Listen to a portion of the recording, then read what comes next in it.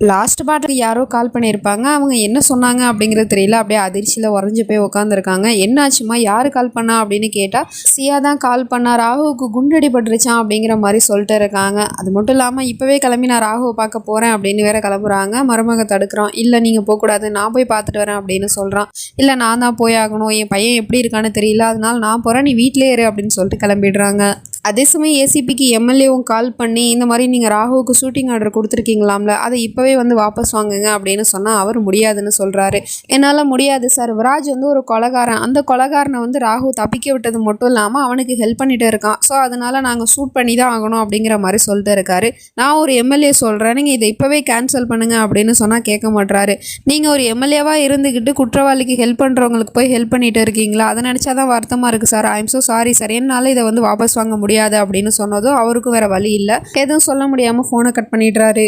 பையனை பார்க்கறதுக்காக ஒரு வழியா ஆசிரமத்துக்கும் வந்துட்டாங்க. அங்கே பையனோட நிலைமையை பார்த்துட்டு அப்படியே அவங்க கண் கலங்கி அழுதுட்டு இருக்காங்க. அதை பார்த்துட்டு ராகு, நீங்கள் எதுக்காகம்மா இங்கே வந்தீங்க அப்படின்னு கேட்டுட்டு இருக்கான். நான் தான் சொன்னேன்ல ராகு, நீ இந்த விராஜ் விஷயத்தில் தலையிடாது அப்படின்னு. இப்போ என் பேச்சை கேட்காம போனதுனால உனக்கு என்ன ஆயிடுச்சு பாரு அப்படிங்கிற மாதிரிலாம் புலம்பிட்டே இருக்காங்க. அம்மா எனக்கு எதுவும் ஆகலை, நான் நல்லா தான் இருக்கேன் அப்படின்னு சொல்கிறான். அப்போ அவங்களுக்கு கால் வருது. கால் பண்ணுறது அந்த எம்எல்ஏ தான். அவங்க கால் பண்ணி நான் ஷூட்டிங் ஆர்டர் அந்த ஏசிபி கிட்ட கேன்சல் பண்ண சொன்னேன், அவர் வந்து முடியாதுன்னு சொல்லிட்டாரு அப்படின்னு சொன்னதும், பட் நீங்கள் ஏதாவது பண்ண வேண்டியதானே, நீங்கள் எம்எல்ஏ தானே, நீங்கள் சொல்லியும் அவர் கேட்கலையான்னு கேட்டால், என்னால் எதுவுமே பண்ண முடியாது, நானே ஹெல்ப்லெஸ்ஸாக இருக்கேன், ஸோ ஃபோனை வைங்க அப்படிங்கிற மாதிரி ஃபோனை கட் பண்ணிடுறாரு. இப்போ என்ன தான் பண்ணுறது, ராகு எப்படி தான் காப்பாற்றுறது அப்படின்னு யோசிச்சுட்டு இருக்கும் போது நம்ம சியா ஒரு ஐடியா கொடுக்குறா. இது எல்லாத்துக்கும் காரணம் அந்த விராஜ் தான். அந்த விராஜ் வந்து ராகுவை பிடிச்சி வச்சிருக்கிறதுனால தான் அந்த ஏசிபி வந்து ராகுவுக்கு ஷூட்டிங் ஆர்டர் கொடுத்தாரு. இப்போ நான் அவர்கிட்ட விராஜை ஒப்படைச்சிட்டேன் அப்படின்னா ராகுவோட ஷூட்டிங் ஆர்டரையும் கேன்சல் பண்ணிவிடுவார், பிரச்சனையும் முடிஞ்சிடும் அப்படிங்கிற மாதிரி சொல்லிட்டு இருக்கா. இது நல்ல ஐடியா தான். ஆமாம், அப்போ யார் இதை பற்றி அவர்கிட்ட பேசுவான்னு கேட்டால் நானே பேசுகிறேன் அப்படின்னு சொல்லிட்டு கால் பண்ணி விஷயத்த சொல்கிறா. ஏசிபி சார், விராஜை பிடிக்கிறதுக்கு நான் உங்களுக்கு ஹெல்ப் பண்ணுறேன், அதுக்கு பதிலாக நீங்கள் எனக்கு ஒரு ஹெல்ப் பண்ணணும் அப்படின்னு சொல்கிறா. என்ன ஹெல்ப் சொல்லுங்கள் அப்படின்னு சொன்னதும், இந்த மாதிரி நீங்கள் என் புருஷன் மேலே வந்து ஷூட்டிங் ஆர்டர் கொடுத்துருக்கீங்களா, அதை வாபஸ் பண்ணணும் அப்படின்னு சொன்னதும், கண்டிப்பாக வாபஸ் பண்ணிடுறேன், எனக்கு அந்த விராஜ் தான் முக்கியம், அவனை மட்டும் என்கிட்ட கொடுத்துட்டீங்க அப்படின்னா நான் வந்து உங்கள் புருஷனை என்ன பண்ணிட போகிறேன் அப்படின்னு சொன்னதும், சரி எனக்கு வாக்கு கொடுங்க, என் புருஷனை எதுவும் பண்ண மாட்டீங்க தானே அப்படின்னு கேட்டால் அவரும், ஆமாம் நான் உங்கள் புருஷனை என்ன பண்ண போகிறேன், எனக்கு தேவை அந்த விராஜ் தான் அப்படின்னு சொல்லிடுறாரு. சரி ஓகே, நீங்கள் சொல்கிற இடத்துக்கு நான் அந்த விராஜை கூட்டிகிட்டு வரேன் அப்படின்னு சொல்லிட்டு டீல் போட்டுடுறா ஏசிபி கிட்ட. அதே சமயம் விராஜை காட்டுறாங்க. அவன் வந்து அங்கே இருக்கிற ஸ்டோர் ரூமில் எதையோ ஒன்று கிறுக்கிட்டு இருக்கான். என்ன கிறுக்கிறான் அப்படின்னு தெரியல. டாக்டரும் ஏசிபி கிட்ட, ஒரு வழியாக இப்போ அவங்களே கொண்டு வந்து விராஜ் உங்ககிட்ட ஒப்படைக்கிறேன்னு சொல்லிட்டாங்க, இதுக்கப்புறம் விராஜை கொள்றது ரொம்ப ஈஸியாக போயிடும்ல அப்படிங்கிற மாதிரி சொல்லிட்டு இருக்கான். அவங்க தான் முட்டாள்னா நீ அவங்களுக்கு மேலே முட்டாளாக இருக்கியடா. நான் அந்த விராஜை கொல்லணும்னு நினச்சதுக்கான காரணம் என்னன்னா, அவனுக்கு என்னை பற்றின உண்மை தெரியும், நான் தான் அந்த ராணா அப்படிங்கிற உண்மை தெரியும். எஸ், நான் தான் அந்த ராணா, அந்த குடும்பத்தோட மிகப்பெரிய எதிரி. அப்புறம் நான் தான் அந்த குடும்பத்தில் இருக்கிற 2 பேரையுமே கொன்னேன். இப்போ 3ஆவதா அந்த ராகுவை கொல்றதுக்காக தான் இவ்வளோ பெரிய திட்டம் போட்டிருக்கேன். ஆனால் அது அவங்களுக்கு தெரியாமல் போயிடுச்சுல்ல, நான் தான் அந்த ராணா அப்படிங்கிற மாதிரி சிரிச்சிட்டே சொல்லிட்டு இருக்காரு.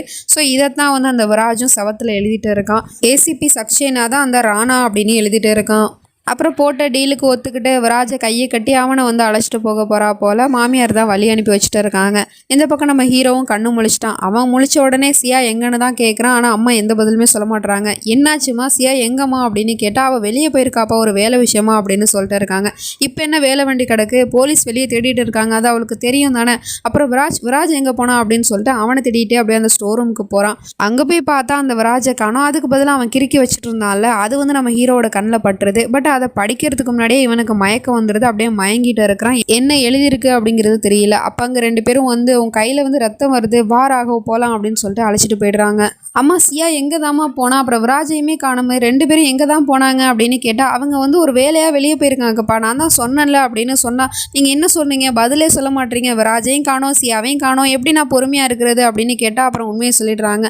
சியா ஏசிபியை பார்க்கறதுக்காக தான் போயிருக்கா, விராஜையும் கூப்பிட்டுட்டு போயிருக்கா, விராஜ் அவர்கிட்ட கொடுத்துட்டு உனக்கு ஷூட்டிங் ஆர்டர் கொடுத்தார்ல, அதை வந்து வாபஸ் வாங்குறதுக்காக போயிருக்கா அப்படின்னு சொன்னதும், அம்மா நீங்கள் என்ன காரியமாக பண்ணியிருக்கீங்க, எனக்கு போலீஸ் மேலே சுத்தமாக நம்பிக்கை இல்லை, நீங்கள் எப்படி வந்து சியாவை தனியாக விட்டீங்க, நான் இப்பயே போகிறேன் அப்படின்னு சொல்லிட்டு அவனும் அங்கேருந்து கிளம்பிடுறான். நம்ம சியாவும் ஒரு வழியாக விராஜ் அவர் சொன்ன இடத்துக்கு கூட்டிகிட்டு வந்துட்டா. பட் வெயிட் பண்ணிட்டு இருக்கா, அவரை இன்னும் காணோம். இந்த பக்கம் நம்ம ராகுவும் கையில் அடிப்பட்ட நிலமையில காரை ஓட்டிட்டு வந்துட்டு இருக்கான். சியாவுக்கு கால் பண்ணாலும் அட்டன் பண்ண மாட்டேங்கிறா. நீ ஏன் சியா அப்படிலாம் பண்ணிட்டு இருக்க அப்படின்னு சொல்லிட்டு கோவமாக வண்டி ஓட்டிட்டு வந்துட்டு இருக்கான். அதே சமயம் இங்கே வந்து ஒரு வழியாக அந்த ஏசிபியும் வந்துடுறாரு. அவர் வந்து டாக்டர் அனுப்பி விட்டு போய் அவனை போய் கூட்டிகிட்டு வா அப்படின்னு சொன்னதும் அவனு நேராக வந்து விராஜ் எங்கே அப்படின்னு கேட்குறான். அவன் காருக்குள்ளே தான் இருக்கான் அப்படின்னு சொன்னதும், அப்போ நான் கூட்டிகிட்டு போகிறேன் அப்படின்னு சொன்னால், வெயிட் ஃபஸ்ட்டு வந்து அந்த ஷூட்டிங் ஆர்டரை வந்து கேன்சல் பண்ணார்ல, அந்த பேப்பர்ஸை ஃபஸ்ட்டு கொடு, அதுக்கப்புறமா தான் நான் விராஜை அனுப்புவேன் அப்படின்னு சொன்னதும் அந்த ஏசிபிட்டேருந்து பேப்பரை வாங்கிட்டு வந்து கொடுத்துட்டு இருக்கான். அதை இவ படித்து பார்த்துட்டு எல்லாம் கரெக்டாக இருக்குது, விராஜை கூட்டிகிட்டு போகலாம் அப்படின்னு சொன்னதும் அவனை கூட்டிகிட்டு போக பார்த்தா அந்த பையன் வந்து இவன் ஒரு பேட்மேன், இவன் கூடலாம் நான் போக மாட்டேன் சியா, ராகு எங்கே, நான் ராகு கிட்ட தான் போவேன் அப்படின்னு சொல்லிட்டு இருக்கான். ப்ளீஸ் விராஜ் இங்கேருந்து மரியாதையாக கிளம்பு அப்படின்னு சொன்னதும் அந்த பையில வந்து இவனை வலுக்கட்டாயமாக இழுத்துட்டு போயிட்டு இருக்கான். அதுக்கப்புறம் பாக்கெட்லேருந்து ஒரு முகமுடி எடுத்துகிட்டு இருக்கான். அப்போ அவனோட பாக்கெட்லேருந்து ஃபோன் விழுந்துருது. அது தெரியாமல் இந்த பையன் வந்து விராஜை கூட்டிகிட்டு போயிட்டு இருக்கான். இந்த ஃபோன் விழுந்துருச்சு அப்படின்னு சொல்லிட்டு அந்த ஃபோனை எடுத்து பார்த்துட்டு இருக்கா. அதில் பார்த்தா லாஸ்ட் டயலில் வந்து ராணா அப்படின்னு போட்டிருக்கு. ராணாவா? அந்த ராணா வந்து இந்த டாக்டருக்கு தெரியுமா அப்படின்னு சொல்லிட்டு கால் பண்ணுறா. கால் பண்ணால் ஏசிபிக்கு தான் போகுது. எவன்டா அது இந்த நேரத்தில் கால் பண்ணுறது அப்படின்னு சொல்லிட்டு அதை அவர் பார்க்காமலே கட் பண்ணிடுறாரு. திரும்பவும் கால் பண்ணால் திரும்பவும் அந்த ஏசிபிக்கு தான் கால் போகுது. அப்போ இந்த ஏசிபி தான் ராணாவா அப்படிங்கிற உண்மை நம்ம ஹீரோயினுக்கு தெரிஞ்சு போயிடுச்சு. இதை வந்து தூரத்துலேருந்து இவரும் பார்த்துக்கிட்டாரு. ஏன்னா டாக்டர்கிட்டேருந்து எதுக்கு கால் வருது, இவன் தான் எதிர்த்தாப்பில் வந்துட்டு இருக்கானே அப்படின்னு சொல்லிட்டு பார்க்கும்போது தான் தெரியுது ஃபோன் அவ கையில் இருக்குது அப்படின்னு. தப்பு பண்ணிட்ட சியா, நீ ரொம்ப பெரிய தப்பு பண்ணிட்ட, என்னை பற்றின உண்மை உனக்கு தெரிஞ்சிருக்கக்கூடாது அப்படின்னு சொல்லிட்டு கன் எடுத்துகிட்டு அவளை ஷூட் பண்ணுறதுக்கு போயிட்டு இருக்காரு. அப்படியே அவளை பார்த்து ஷூட் பண்ண எய்ம் பண்ணும்போது பின்னாடி ஒரு கார் வந்து அவரை பிடிச்சி தள்ளி விட்டுருது. அவரை மட்டும் இல்லை, அந்த டாக்டரையும் பிடிச்சி தள்ளி விட்டுருது. நம்ம ராகு தான் ஓடிட்டு வந்திருக்கான். நீ ஏசியா இங்கே வந்த, வா சீக்கிரமா, விராஜ் வண்டியில் ஏறு அப்படின்னு சொல்லிட்டு 3 பேரையும் காரில் ஏற்றி அங்கே இருந்து கூட்டிகிட்டு போயிடுறான். போயிட்டு இருக்கும்போதே சியாவை திட்டிகிட்டு இருக்கான். நீ ஏன் சியா அப்படிலாம் பண்ணிட்டு இருக்கான், அந்த ஏசிபி ரொம்ப ஆபத்தானவன், அவன் மேலே எனக்கு நம்பிக்கையே இல்லை, எப்படி சியா நீ அவனை போய் நம்பினேன் அப்படிங்கிற மாதிரி திட்டிகிட்டு இருக்கான். அது என்னமோ உண்மைதான் ராகு, நம்ம நினைக்கிற அளவுக்கு அந்த ஏசிபி ஒன்றும் நல்லவர் கிடையாது. நம்ம இத்தனை நாளாக அந்த ராணாவை திட்டிகிட்டு இருந்தோம்ல, அந்த ராணா வேற யாரும் இல்லை, அந்த ஏசிபி தான் அப்படிங்கிற உண்மையை சொல்லிடுறா. என்ன சொல்கிற நீ, இது எப்படி உனக்கு தெரியும் அப்படின்னு கேட்டால் அந்த மாதிரி நடந்த விஷயத்தை எல்லாத்தையும் சொல்லிடுறா. அந்த மாதிரி ஃபோன் மிஸ் ஆனது, அதுக்கப்புறம் கால் பண்ணும்போது அவர் எடுத்தது, அவர் தான் ராணாங்கிறது கன்ஃபார்ம் பண்ணது அப்படிங்கிற எல்லாத்தையுமே சொல்லிடுறா.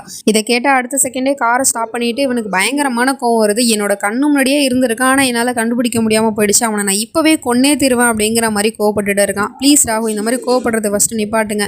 இத்தனை நாளாக நம்ம குடும்பத்தோட எதிரி யாருன்னு தெரியாமல் நம்ம முழிச்சிட்டு இருந்தோம். இப்போ தெரிஞ்சு போச்சு அந்த ஏசிபி தான் அந்த ராணா அப்படிங்கிறது. ஸோ இந்த நேரத்தில் புத்திசாலித்தனமாக தான் செயல்படணுமே தவிர அவசரப்பட்டு எதுவும் பண்ணிடக்கூடாது அப்படிங்கிற மாதிரி சொல்லி சமாதானம் பண்ணி வைக்கிறா. இந்த பக்கம் இந்த ஏசிபியும் டாக்டர் மேலே சம கோவத்தில் இருக்காரு. இத்தனை நாளாக நான் ஏசிபி செக்ஷனாக தான் வாழ்ந்துட்டு இருந்தேன், ஆனால் எனக்கு ஒரு ராணாங்கிற பேர் இருக்கிறது வந்து உனக்கும் எனக்கு மட்டும்தான் தெரியும். இப்போ அந்த குடும்பத்துக்கும் தெரிஞ்சு போயிடுச்சு. நான் மறைமுகமாக அந்த குடும்பத்தை தாக்கிட்டு இருந்தேன். இப்போ அதெல்லாம் பண்ணுறது நான் தாங்கிறது அவங்களுக்கு தெரிஞ்சு போயிடுச்சு. இது எல்லாத்துக்கும் காரணம் நீ தாண்டா அப்படின்னு சொல்லிட்டு அவனை ஷூட் பண்ண போயிட்டு இருக்காரு. சார் ஏதோ தெரியாமல் நடந்துருச்சு, நான் அந்த ஃபோனை மிஸ் பண்ணிட்டேன், அதை அந்த பொண்ணு பாப்பான்னு எனக்கு எப்படி சார் தெரியும் அப்படிங்கிற மாதிரி சொல்லிட்டு இருக்கான். கண்ணு முன்னாடியே நிற்காத, என் கண்ணு முன்னாடி நின்று அப்படின்னா இப்போவே நான் அவனை கொண்டுடுவேன், ஓடி போயிடுறான் இங்கேருந்து அப்படின்னு சொன்னதும் அவனும் இங்கேருந்து போயிடுறான். இந்த பக்கம் நம்ம ராகுவுக்கும் ஏசிபி தான் அந்த ராணாங்கிற விஷயம் தெரிஞ்சதுக்கப்புறமும் எப்படி அமைதியாக இருக்க முடியும், என் குடும்பத்தோட எதிரி யாருன்னு தெரிஞ்சிருந்தும், என் அண்ணன் அண்ணியை யார் கொலை பண்ணாங்கிற விஷயம் தெரிஞ்சிருந்தும் இப்படி அமைதியாக இருக்க சொல்கிறியா சியா அப்படின்னு கேட்டால் வேறு வழியே இல்லை. இத்தனை நாளாக அந்த ராணாங்கிறது வேற ஒரு ஆளுன்னு தானே நினச்சிட்டு இருந்தோம், இன்றைக்கி தானே நமக்கே தெரியும் அந்த ஏசிபி தான் ராணாங்கிறது. இந்த உண்மை வந்து இந்த உலகத்துக்கு தெரியாது. நீங்கள் ஒருவேளை அவசரப்பட்டு அவரை கொன்னுட்டீங்க அப்படின்னா அதுக்கப்புறம் நீங்கள் ஜெயிலுக்கு போயிடுவீங்க, நம்ம குடும்பத்தை விட்டு ஒட்டுமொத்தமாக பிரிஞ்சு போயிடுவீங்க. இன்ஃபேக்ட் கேஸ் எப்படி நடக்கும்னா நீங்கள் ஒரு ஏசிபியை கொன்னீங்க அப்படின்னு தான் நடக்கும், ஆனால் உண்மை என்னங்கிறது வெளி உலகத்துக்கு தெரியாது. நீங்கள் ஒரு கொலைகாரனை அந்த ராணாவை தான் கொன்னீங்க அப்படிங்கிறது தெரியாது. ஸோ அவரோட உண்மையான சுயரூபத்தை இந்த உலகத்துக்கு முன்னாடி கொண்டு வந்து அவருக்கு நம்ம சட்டப்பூர்வமாக தான் தண்டனை வாங்கி கொடுக்கணும் அப்படிங்கிற மாதிரி சொல்லிட்டு இருக்கா. இது நம்ம ராகுவுக்கும் ஓகேவா தான் படுது. இத்தனை நாளாக அந்த ராணா யாருங்கிறது தெரியாமல் குழம்பிட்டு இருந்தாங்க, இப்போ யாருங்கிறது தெரிஞ்சு போயிடுச்சு. இதுக்கப்புறம் என்ன நடக்க போகுது அப்படிங்கிறதெல்லாம் நம்ம நெக்ஸ்ட் பார்ட்டில் பார்த்து தெரிஞ்சுப்போம். அது வரைக்கும் பை ஃப்ரெண்ட்ஸ்.